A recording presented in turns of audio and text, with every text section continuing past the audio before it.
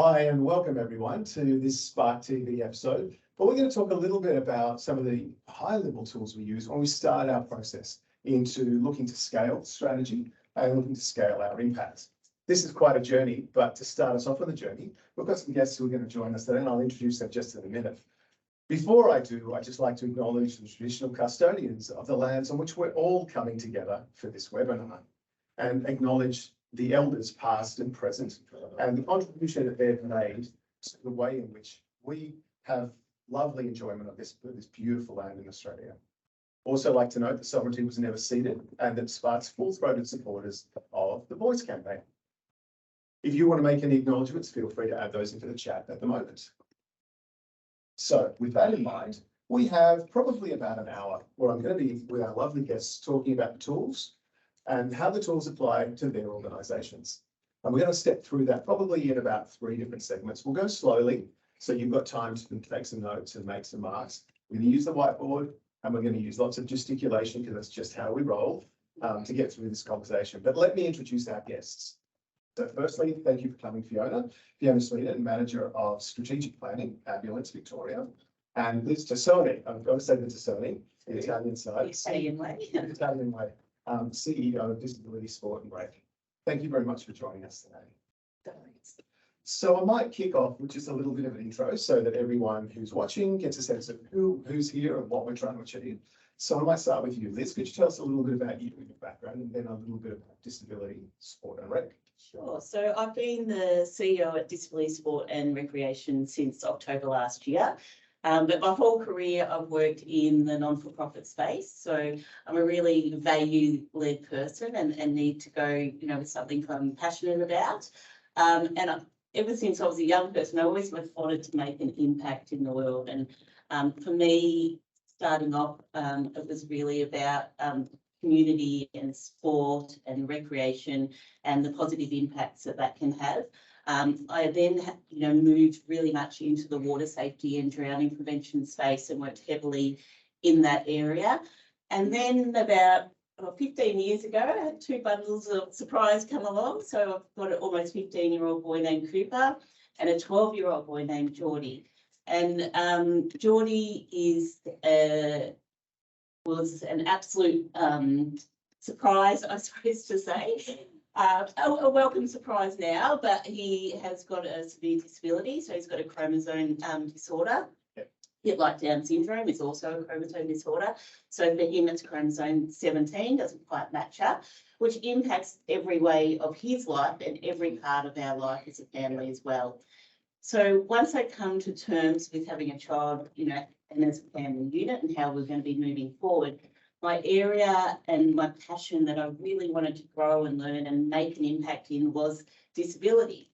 So combining in my role now that disability side, that non-for-profit, and then also community and sports, it's like all my worlds are colliding and really keen to have an impact in this space for the community members that we represent. So at Disability Sport and Recreation, our aim is that anyone with a disability has any opportunity into whatever recreation and sport activity that they want in any way they want to as well. So that way might be very different from you to yourself to myself to the person down on the street. So, and that really bases that is that social connection side of things. So that's in a summary, me and our organisation.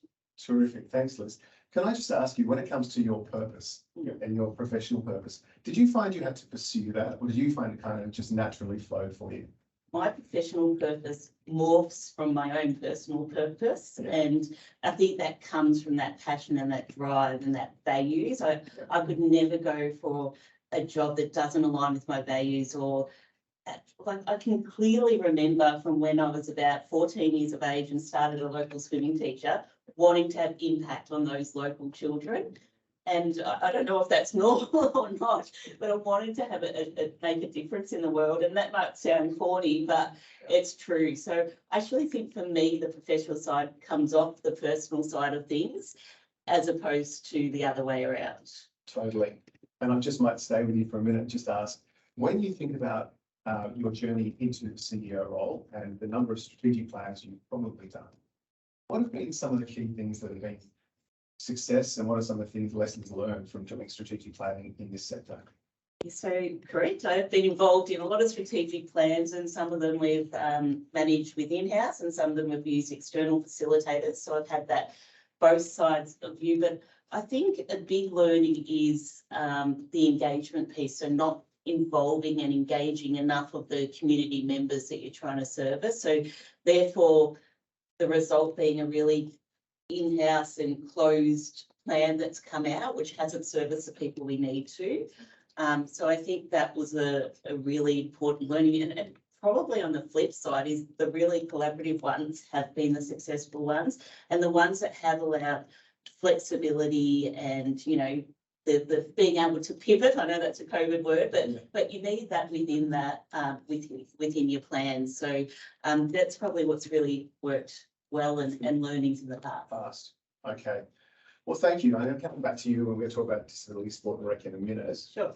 Fiona, welcome. Thank you. Would you mind telling us a little bit about yourself and your role? Yeah, absolutely. So I come from a bit more of a transformation and change background. So helping organisations and customers and staff through transformative change. So actually also started with a sport background and a health sort of lens on a lot of the things that I did. But for me, it was about sort of designing change, helping support people through major change, and making it a bit easier for them. So putting myself in their shoes, and helping to guide them through. So yeah, and I've worked in both private sector and public sector in overseas and in Australia, and was in a consulting space, and then the opportunity came up to come into Ambulance Victoria and help with both the strategic sort of lens and also the portfolio view, so how we actually manage change within the organisation. So, you know, Ambulance Victoria is quite a complex organisation. I've been there for about 3 years. Luckily or unluckily, started right before the pandemic, and the organisation's had a lot of strain on it over that period. So coming out of that and having the opportunity to develop a strategic plan now, it's very important that we keep that lens on our people, because they have had that major stress, and we want to help them through the recovery from that. Yeah. But also it's a great opportunity now. We've learned a lot from the pandemic and from the changes to the health system. So it's taking that and kind of moving it into that next era. Indeed.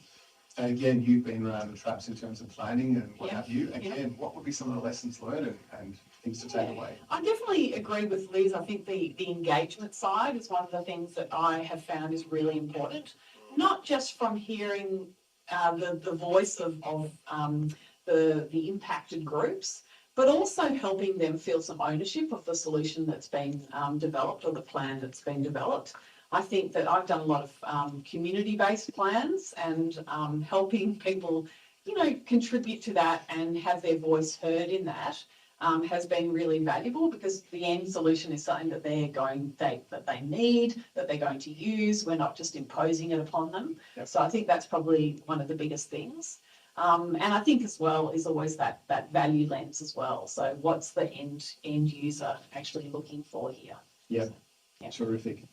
So when you first started with the role at Ambulance Victoria, you probably came into a time when it was quite tumultuous. It wasn't quite, but about 6 weeks in it was.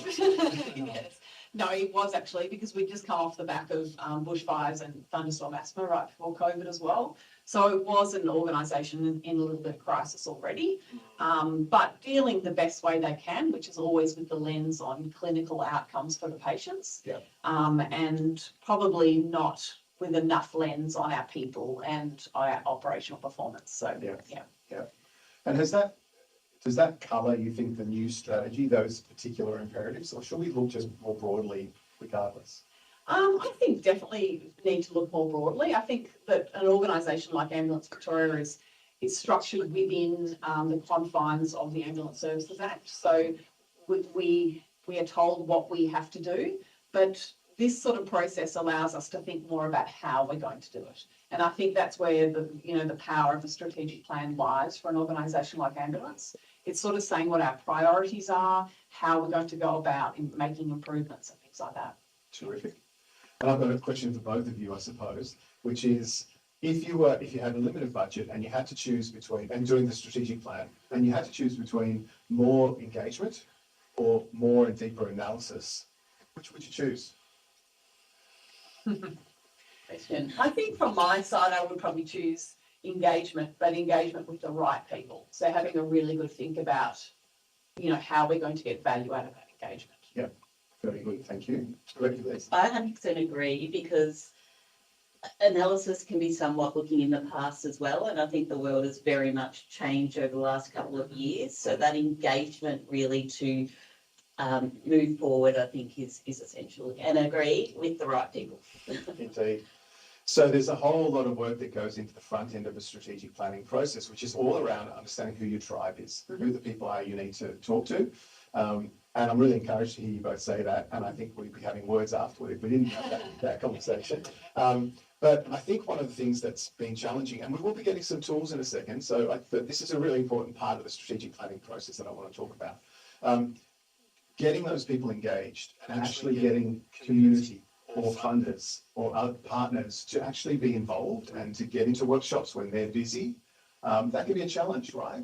Have you got any tips or tricks for our joiners here? It is challenging because everyone's time's valuable, right? But we really try to pick people that we've worked with previously, but also people that we haven't worked with on much scale either. So it was really important to get a variety, and some people that didn't have insights to us, and if they don't, why not, and where do they see those gaps? We did a variety of methods, which enabled us to engage with more people. So even a simple survey out to our members had some great responses. And then we did some interviews with some really key stakeholders for us, that already had investment in what we do, but wanted to look at what the future looks like for us. So I think a range of different ways is essential, and a range of different stakeholders, as I said, they're varying engagement levels with us. It's important. Thank you.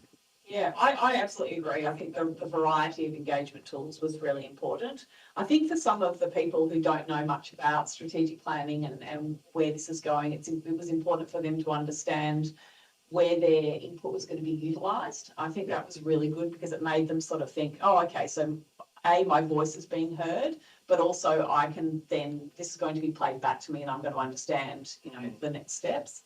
And I think for some of our less engaged stakeholders, having something that we could actually show them and they could actually see it and change it around and things like that in their minds was a much better way of engaging, rather than just sort of asking them some open-ended questions where they're thinking, I'm not really sure, don't ask me kind of thing. But if you put a piece of paper in front of someone with something on it, preferably, they usually have a way of saying, oh, okay, I can understand that, but that bit's not clear to me. And that way you get some really good sort of feedback as to whether we're hitting the mark. Terrific. All right, thank you. Now, with that in mind, let's start at the very top of the strategy stack, trying to understand who we're here to serve and what problem we're trying to solve. So what we're going to do today is work through a couple of different tools, and we're going to start very much with that who are we here to serve. We're going to move from that into at what altitude do we need to have impact, and then from there we're going to move into work, how do we create that impact.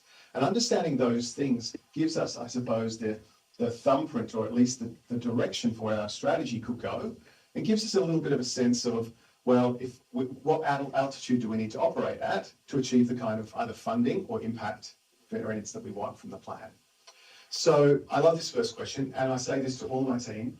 About 80% of the time, I'm not putting you on the spot, about 80% of the time I ask this question of leaders, they can't answer it. And the question is, what problem do you exist to solve, and for who? So whoever wants to go first at that one, I'm open it up. Sure. So I think, Ambulance Victoria provides emergency healthcare to all Victorians. The problem that we exist to solve is usually how we provide that service in a way that both meets the needs of the individual patient, but is also repeatable enough to be cost efficient for our other stakeholder, which is government. Yep. So I think that's probably, in a nutshell, what we exist to solve, but we also have a huge employee base that is part of that equation as well. Terrific. Yeah. So Fiona, you've just articulated the precepts of what we're hearing now a lot about value-based healthcare, that combination between personalisation and system efficiency. And I think balancing those is a really interesting position, which I'd love to unpack with you just in a little while. Thank you. Liz. As it's quite a simple one. So it's as I said, our mission is about people with disability having access to sport and recreation. The problem is there's barriers currently. So people can't engage in the way they want to, and people with disability want to be more active, but there's barriers. And so I think when we were having a chat, you were talking about, hey, there's a lot of infrastructure that's still here, but the barriers are maybe not what we suspect.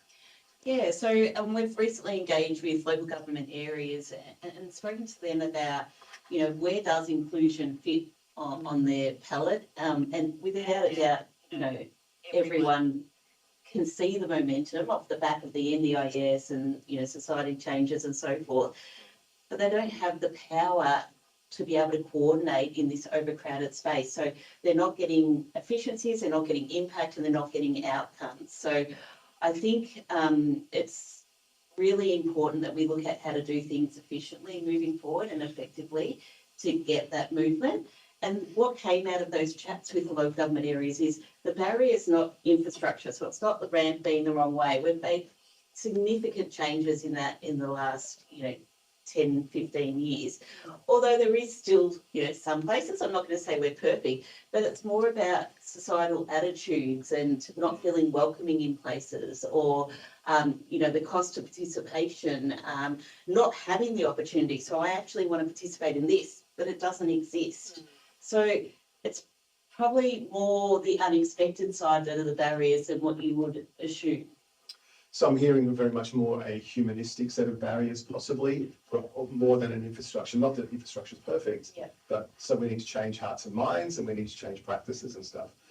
So two very interesting sets of who we're here to serve, and two very interesting problems we're trying to solve. I'm going to take those problems and move them into one of our first tools. But before I do, I just want to talk to all of you online. So firstly, let's work out who we're here to solve and what problem we want to solve for them. Remember, the essence of social sector strategy is about value. It's about what value does community need, and how do we best meet that value? That's what it is. It's not about value propositions for the sake of creating revenue, as you all know. So the engagement is so critically important to understand that value, and it has to be at the front of not only the strategic planning process, but then feed all the way through into the business model and the operating model. And subsequent shows, we're going to talk to you about how to use those tools to step consumer and community value through to your operating model, the very tasks you do every day. So turning back to the strategic for a minute. The first tool we're going to talk about is what we've published as the Altitudes of Play tool, which is behind you. I'm going to draw on the board so you don't have to move, and I'll get you to scribble. We published this tool, it's got to be about 6 or 7 years ago, and we're really, really happy with it. This tool is a thumbnail. It's kind of like a quick sketch guide to work out where you should play in your organisation if you want to achieve the two outcomes that we've just spoken about. The Altitudes of Play is very much that. Where do you need to play as an organisation to achieve the impact that you want to achieve? So we see the world, and as you can see on the diagram behind Fiona and Liz, we see the world in three basic concentric circles. At the innermost core of that is our consumer, is our beneficiary. So everything is focused around them. When you move forward, when you look at the inside circle, it's about those organisations that deliver services. Those organisations that actually contact and wrap around the individual. Now, some organisations exist purely there and they do nothing else. But some organisations extend beyond service delivery to the next circle, which is around partnerships. These the organisations that exist solely in the partnerships domains are conveners, they're connectors. They don't do services. But many organisations exist in both. They do quite a bit in services, and they do a little bit in partnerships to bring together the right parties to deliver the impact. But even they can't do anything unless the enabling environment is fit, unless the system is ripe. And so then we have our last layer of organisations or activities, which is the systems layer. These are people like policy formulators, these are people like advocates. These are the organisations that want to change or improve our system for more and better impact. The thing I want to just walk through now, I'm going to draw on here on this board over here, is some shapes. And then I'm going to ask you to talk us through where you think you are and where you think you need to be. Because this starts our strategic thinking process really well. So if I start here, I'm just going to draw the inner circle. That's our services. The next circle is our partnership organisations or our partnership activities. And then the final circle is, again, system. Now, what often you find is an organisation can either be, as I said, all of its resources are in one domain. Some even are like that. That's fine. Other organisations have the majority of their resources in one domain and some in another. So we give them a different shape. Shape indicates where you spend your resources. Or conversely, where you want your impact. We want it mostly from service and a little from partnership. Some organisations have this bow tie shape where they do a lot of service work, they're really trying to change the system, and they're just convening groups around. And you can imagine the different shapes that we would have. I would encourage you online to draw this and work out where your organisation's resources are deployed today and where you think they should be deployed tomorrow while we hear from Fiona and Liz. So let's see if this little device is going to work. I'll give you a whiteboard marker. Would you like? Draw on this one. Yeah, let's draw on that one. There you go, Liz. So let's see it just today. What do you think Ambulance Victoria looks like? Yeah, absolutely. So I think definitely our shape is similar to what George is drawn up here. We are largely like this. So the majority of our resources are deployed towards the provision of services to our end user, our customer, our patient. In terms of our staffing, our assets, our corporate structures are focused around providing the best possible service that we can. And I think one of our big changes recently has been to recognise that we can't do that effectively without the partnership layer. So definitely, do you want me to move into where we're going to? Or Please. Yeah. Definitely we are looking to increase the resource allocation to the partnership level and potentially even start to reach a little bit to the system level. I didn't draw that very well. So that we are starting to work with our health and emergency services partners in terms of where we can more effectively look after the patient on their whole journey, where ambulance responsibilities sort of ends and they're going to get better care where we transfer them to an alternative service provider. But definitely moving into the system view, which is really is our legislation, is our funding, etc., set up for success for the end user and for our partners, and how can we start to challenge some of that? I think this is the 5-year view and this is the 10-year view to start to move into the broader system. All right, now let's just pause here. Thank you, Fiona. Let's just pause. So when I look at that diagram, I see significant change and change across all parts of the organisation. Mm-hmm. So what kind of reaction did you get in formulating that strategy from the organisation when they started to see this level of change? So I think that the main response that we've had is that people understand the importance of the partnership view, but they're not really sure how to go about it effectively. So it becomes now more about planning out our attack and not trying to do it all in 6 months. That this is a 5-year view, that over the horizons of the plan, we'll start to develop capability and then build on that and then end with solid strategic partnerships that are actually adding value to both our stakeholder, same stakeholder mostly across the board, the government, and also to our customer. All right, terrific. Now, can I just cross-interrogate, because again, we're still just trying to work out our thumbnail to the strategy here. What makes the organisation believe that by moving out through these circles, you will better serve the outcome that you seek or the cohort? Look, I think that there's still a little bit of a difference of opinion within the organisation about that. I think that a lot of people think if we focus on the services we provide, everything else will sort of come together. But I guess there's an increasing level of understanding from our partners that they want to have more strategic partnerships with us and value-based partnerships. So not just partnerships for partnership's sake, but what are we giving you and what are you giving us? Yeah. With this lens, still with the services lens, but also the fact that a lot of other organisations and a lot of other government organisations have started to challenge the systems.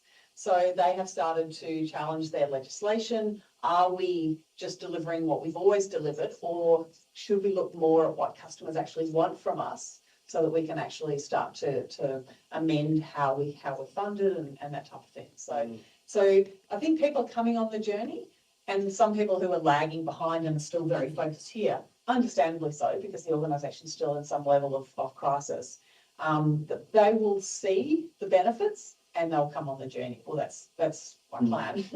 bring them along the journey in that way by showing them the value of these partnerships. Indeed.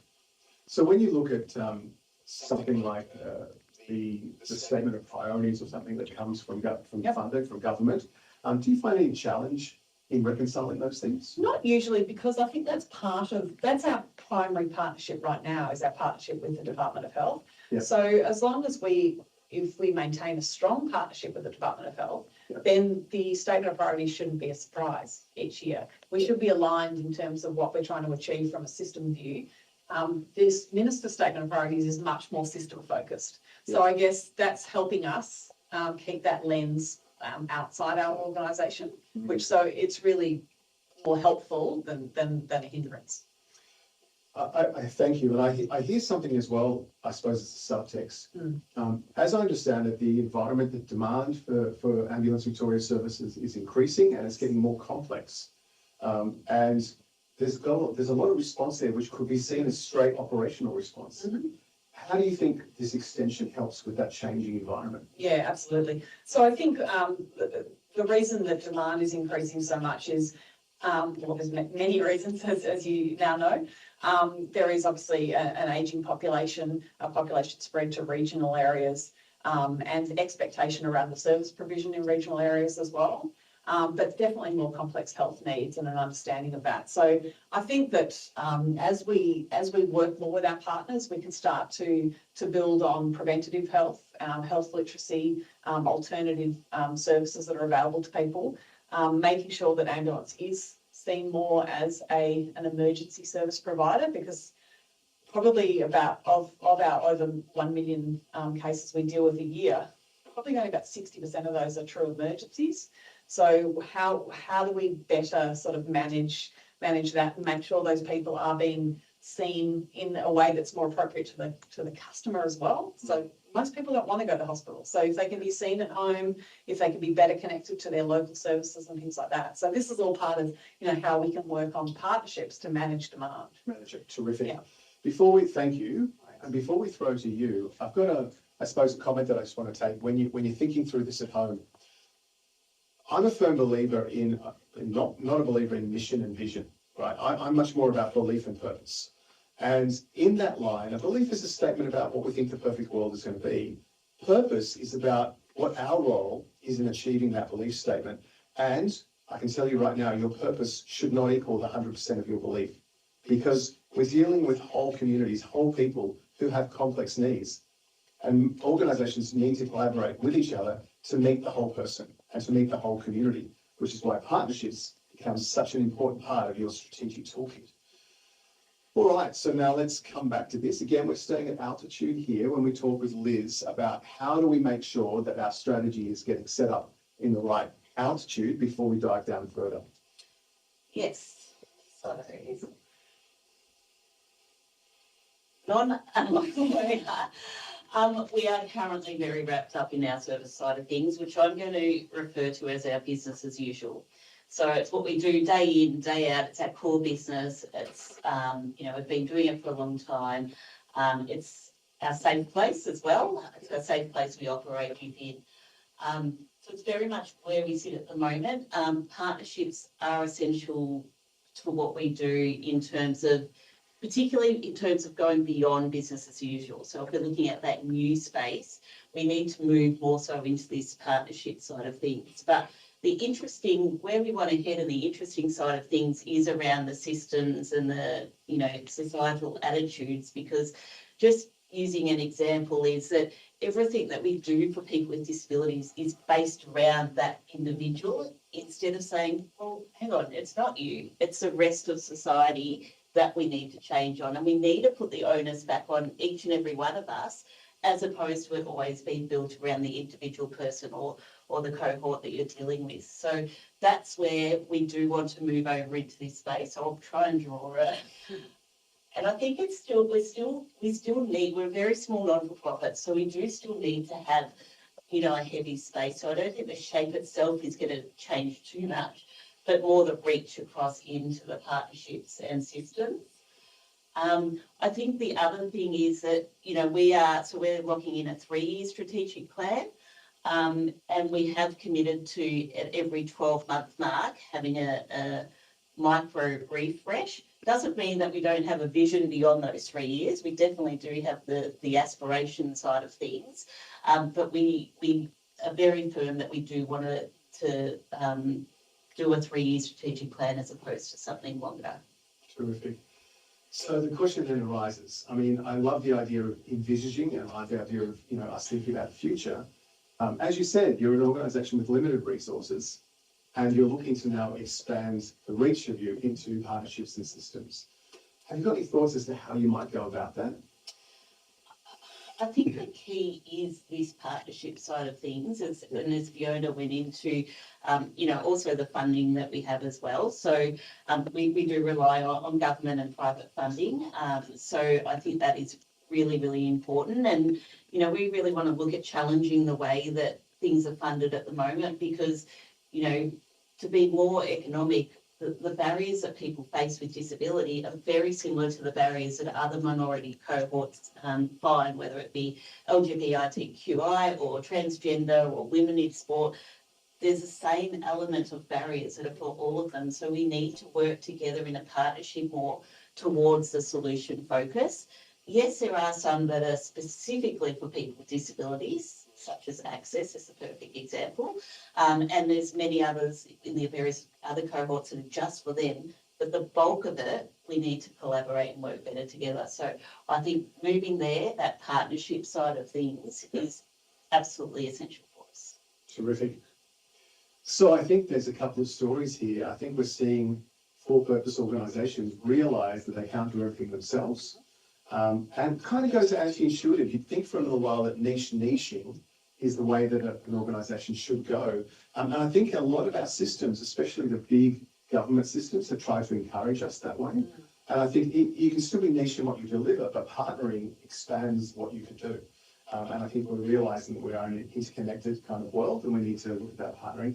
But the thing that really also excites me is that both tips going out here to system, and we are seeing a time of change where system owners are open to those conversations about how to improve, specifically when it drives better outcomes or when it drives more value for community and citizens.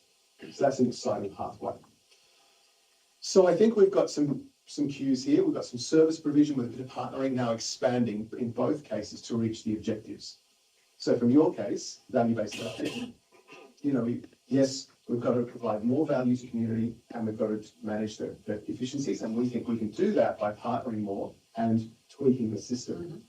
And for you, changing the infrastructure, or the social infrastructure, let's call it, rather than not the physical infrastructure, and getting that greater awareness and getting that sort of that broader piece going around social connection, that's going to need more participants, more partners, and a tweak to the system as well.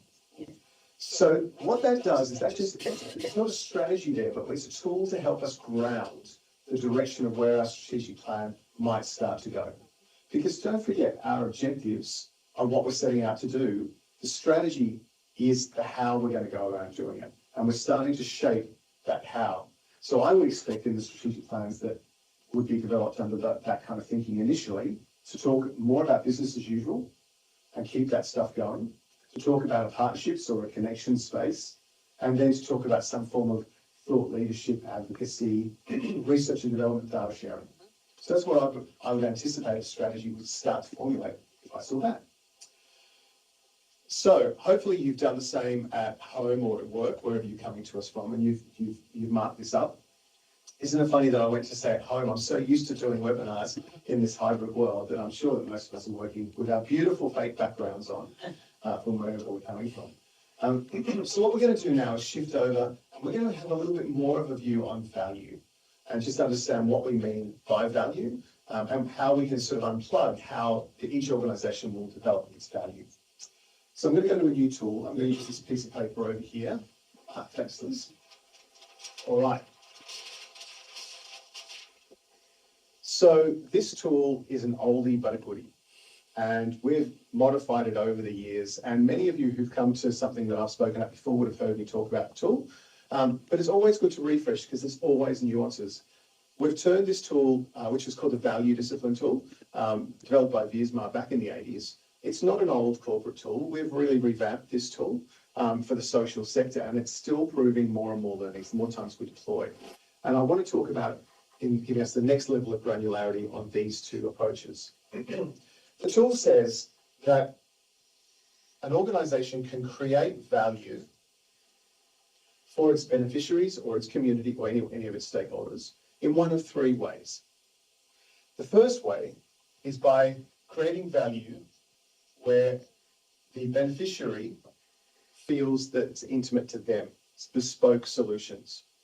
And I would imagine in disability sport and rec, there would be a higher degree of customer intimacy, one-on-one servicing, and that's probably why they come.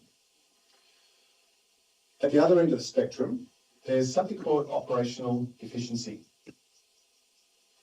Consumers come here, beneficiaries come here, because they don't really mind about customization. They just want what they think is a commodity offering, like a whiteboard marker. They don't even know what the brand is. They want price, efficiency, access, availability. And in many cases, that's not a devalued or a bad thing. It's sometimes very hard to get operationally efficient in the social sector, as you would know at Ambulance Victoria. So here, we just want reliability, we just need one of what we need. The third domain in the social sector is innovation. Beneficiaries want a different kind of solution. They want a different kind of service because maybe the standard one doesn't work, or maybe the ones that have been bespoke for them don't work, or they have a vision for something new and better for their communities. So they're looking for value to be created in different ways. So when I look over here at our altitudes of play, I often look at that and say, so if we're going to deliver more and better services, are we going to be delivering them more efficiently? Or are we going to make them more bespoke? Or are we going to involve our partners to innovate new things that have not been around? One of the maturation approaches that happens with this thinking is that when we see a new social problem or a problem that hasn't been solved, we engage heavily with our customers.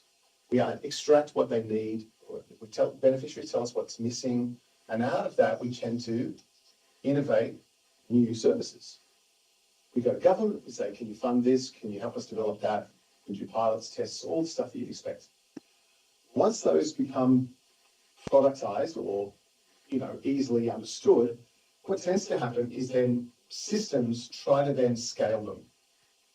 Organizations and systems scale them because they think it's delivering positive impacts. Why not scale? And so they then seek operational efficiency.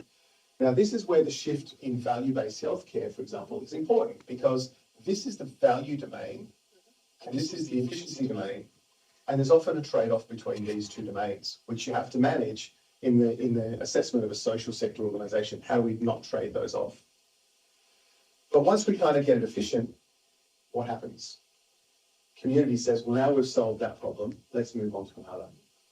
And I just want to pause here for a second. That sees us then go back to the beneficiaries and ask them, we solve the problem yet again. I just want to talk about this one thing before I go further. There is a fantastic organisation whose 30% of its staffing and its funding comes from the delivery of a buddy program and other kinds of programs. And they are looking very carefully at when can we say job done? And when can we now move our resources into something new? So they're in transition in this cycle, and they're actually taking a very brave step because in the map over there, they're moving a core service out to partners and then looking internally, well, let's solve the next social problem. So this helps us give a flavour of how do we create value to meet the change that we want to create. So before I go any further, I'm going to ask you each to mark where do you think your organisation is today on this triangle, and you can't put it in this centre box, not allowed there. But if you could put a little mark where you think you are today, and then after that, where we need to go for tomorrow and why. So Liz, I might ask you that first. I'm going to cheat and do a twofold answer here because, as I said, I've been in the role since October last year. The organisation has been working really hard. So if you asked us, a year ago, we'd be right up here. What does that look like?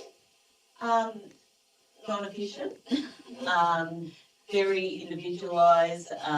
It was all business as usual, not looking at changes and how we need to adapt and innovate. Almost too customised. Does that exist? So it was holding us up, being able to be ineffective. Always gets me that word, I should have tried. So it was a blocker for us being too far into that space. So where we are currently is I think we've come out of the corner a bit. We've seen some of these business as usual activities that we can replicate and have further impact. And we are moving into being innovative, and particularly, I'll give you an example, is esports. So some people, traditional sport is where you have to be out in the footy field and kick the footy. We're actually engaging with people with disability in an environment they're comfortable with, on their computers. We know they're high computer users, and we know they want to participate in sport and recreation in a social way, more so than a formal way, being part of a formal sport. So we're joining forces and we're doing it online, and we've started a competition, and it's all about social connection. The social connection for people with disabilities is just as important as the physical side of things. So we're in pilot stage, we're going to ramp it up, it's going really, really well. And the end goal is that next year we have an in-person event. If you've seen them online, they're pretty full on. So that connection comes from, behind a screen to reality. Mm-hmm. So that's an example how we are moving over to this space. So I'd say we're here now. Do you want me to say where I think we need to be? Please. I don't think we need to be here, so you'll be happy to know that. But I do think we need to probably keep moving a little bit over to this stage. And for me, if we've got a really good product that's new, like the esports side of things, well, then it will move down into, our natural operating of what we're doing. And it's a hard slog being up in this space. I've been up there before, and I only want to do it if it's needed and if it's what our members and our customers and our community is telling us. So I think we need to keep moving in kind of the direction that we're going in at the moment. Terrific. If I could just unpack this a little bit with you. So the first thing is moving over to this way, with the esports product, let's take that as an example. Is that something that both disability and non-disability communities engage in together? Yes, they will be engaging together. And that's part of it. We've got a great example of a person who has a disability and he's part of a team. So this is a whole, I'm learning about this world, okay? Yeah. But he has a team, and the other 3 people in the team don't have a disability. They've got no idea that he's got a disability. They're just people connecting and socialising together. So it's open for people with and without, and we encourage people without because, community doesn't have everyone the same. So why would you have everyone the same on your team or everyone the same in the classroom? So, terrific. Yeah. Is there any partnerships involved in that? There is. So we've got 2 partnerships currently. So we've got Club Links, and Club Links are a facility management group that typically operate and run your pools and your swim and your gym, and they run golf clubs as well. So they've got that physical side, but they see the value of this other side, particularly engaging with the cohort that can be hard to engage with people with disability. So they're our main sponsors for this pilot period. And then they've reached out to one of their partners, which is Deakin University. So Deakin have really high gaming participation. So we are connecting through that for this pilot stage. And we're really firm that it is a pilot, and we need to listen back and see the feedback before we do look at growing and so forth. So and it's the first 4 sessions they have. It's about safe gaming. It's about there's Guy Richardson, who's an elite cricketer, he uses gaming as his turn off from elite sport and training from elite sport. So, and there's lots of athletes that are the same as that. So, he's coming and speaking to them about, the balance as well. So the balance between gaming and physical activity, how to do it safely. So there's a whole lead up to actually be able to participate. So jump on our Discord channel. Got to get that promo out there, DSI Discord. But so it's exciting. Terrific. Now, what I want to do is link these two, if I can. So you said that what we needed to do is move from the services into partnerships so as we can adjust the system and have that more social connected system response. I just heard you say in that example, you've made the connection with partners and you're now making them move out in a systems way, but in a demonstration way, not an advocacy way, not a policy way, but in a demonstration way. This is how we can bring our communities together. Yep. So that's coming alive through the how you're going to create value. Yep. And this is a really important bit of translation for you to do when you're looking at your strategic plan. First important bit that Liz spoke about was what is it that our consumers, our beneficiaries want and value? Right? They value participation. They value being part of something. You needed to innovate to give them part of that part of something. So you moved this way. In your organisation, you've got to ask the first question, which we spoke about at the top. What's value, for whom, and how do you get engagement to understand that value? Then they'll tell you where they want you to go. And the strategy is about how to get there. Right, so now we can see some beautiful consistency between the altitude that Liz wants to play at and the way in which disability sport and rec is going to create value. Thank you. Fiona, I might ask you the same. What colours do? Yeah. Should I just go to classic emergency services? Let's- Okay, so this is an interesting question for Ambulance Victoria. And you know, George, that we had a number of our stakeholders that you interviewed earlier on had very different ideas about this, but it was a really good exercise in order to get everyone on the same page. And if someone said we were here and someone else said we were here, then we could have those conversations about, where we are and where we need to be. So Ambulance Victoria is very much existing up here in the customer intimacy space. And that is because every job we go to, it's about the customer. It's about their needs and making sure that they are taken to hospital or where they need to go as quickly as possible so that their care can be continued.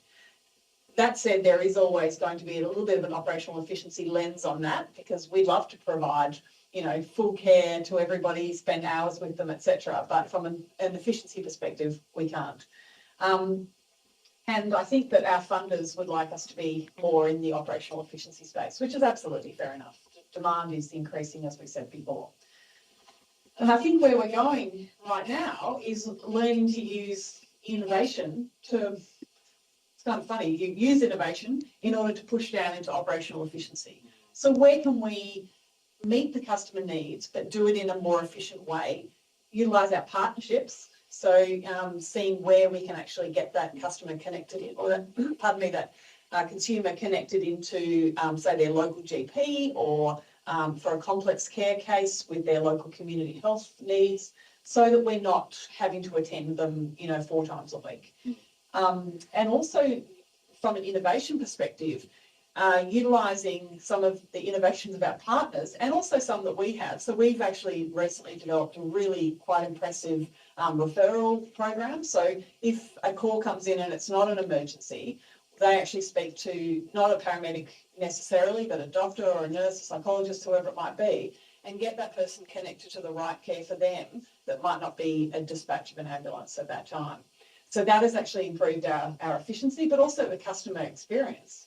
And then the second one that I'd probably highlight is during the pandemic, a number of really good innovations came out around virtual care. So particularly Victorian Virtual Emergency Department, which the Northern Hospital started, and an amazing innovation where you can actually see by video conference an emergency doctor whilst you're at home and get that immediate triage. In a lot of cases, don't need an ambulance, don't need to go and wait in a waiting room of an emergency department, and can have a prescription sent to them, which their family can go and collect on their behalf. So now we're partnering with Northern and doing a direct ambulance referral into that emergency ED. So you might attend someone in their home, you know, their best place for them is not in the emergency department, so we'll call into the virtual ED. Customer is happy, we don't need to transport that patient, and the crew is available to see the next emergency. Indeed. So answer all the questions? Yeah, it does. So I think it's really interesting. You're going to use innovation potentially Yeah, to drive efficiency. yeah, that's exactly right, yeah. And when we, oh, excuse me, when we spoke at the top, I think one of the things that we said was, how do we make sure that we are meeting the customer or the beneficiary in what they want? Yeah. How does Ambulance Victoria go about understanding what community wants? Well, I think at the end of the day, that's largely driven by the clinical outcomes for the patient. So it's actually not just innovation, it's back to this one here, it's the partnerships as well. Yeah. Because we need to form better partnerships with, for example, hospitals. I'm sure everybody's heard about the ramping issues that are occurring in hospitals at the moment, and that's purely because the hospitals are blocked. We arrive with a whole lot of patients every day, Yeah. and they just don't have space for them. But it's where can we more efficiently hand off the patient to the hospital? There might not be a bed available. Where can we have potentially one paramedic and a nurse looking after those patients so the crews can get back out? So that's about partnerships. It's about recognising the value to the hospital, and it's about recognising the value to the ambulance service. Yeah. And obviously the value to the patient is that they have a better sort of journey through the health system and are with someone at all times. So yeah. Indeed. And as we're hearing more and more from that engagement, often people are looking for their care to be in the community rather than in the hospital. Yes, and that's actually probably the other partnership that's worth highlighting is our community partnerships. So we are wanting to do a lot of work in our next strategic plan around engaging with the community. So understanding what they are looking for in terms of their ambulance service, but also how we can help connect them to improve their general health and their health literacy. And that even might be things like with Liz, like connecting in with local community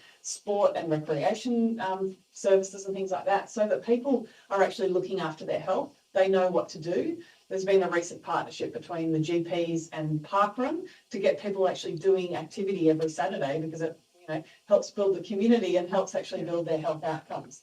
So we obviously can't be everything to everyone as an ambulance service, but we are a valued member of the community, and we do help. We've set up Good Sam, which is a Good Samaritan app where you can actually register and have someone available to provide CPR if someone in the community has an accident whilst they're waiting for an ambulance to turn up. So Right. it's all that connected kind of care. Absolutely. Terrific. So again, when we think about this kind of thinking, we think about how our organisation creates value. Based on your experience, I'll open it up to both of you.